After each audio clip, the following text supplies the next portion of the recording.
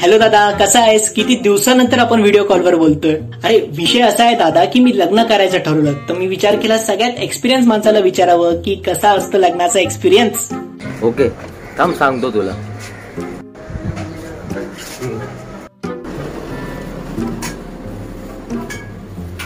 ऐक ना, संध्याकाळी मित्रांना जेवायला. कामं नाहीत काय मला? हे कर ते कर, मित्र येणार त्यांना कामं नाहीत. नुसते बसलेले आहेत, खायला येतात फुकटचे इथे, डोकं फिरवायला माझं. सकाळपासून हे दे ते दे, हातात तेच चालू असतं तुझं. हे दे ते दे, खाली जा दुकानात जा, दूध दे, हातात कपडे दे, टॉवेल दे, परत ताट दे, ताट धुवून दे, कांदा कापून दे, मटणा बरोबर लिंबू पिळून दे. तेच करत बसते मी दिवसभर. हा, ते मित्रांना पण कामं नाहीत. वहिनी येते आज जेवायला, काय बनवलंय?